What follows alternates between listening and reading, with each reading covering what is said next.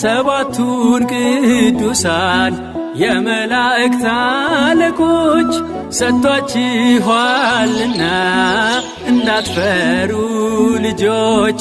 በቀንም በሌሊት የሚጠብቋችሁ ቅዱሳን መላእክት ሁሌም አሉላችሁ።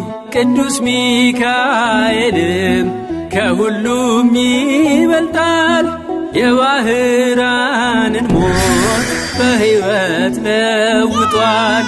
ቅዱስ ገብርኤልም በአምላክ ፊት ይቆማል፣ ለድንግል ማርያምም ደስታን አብስሯል።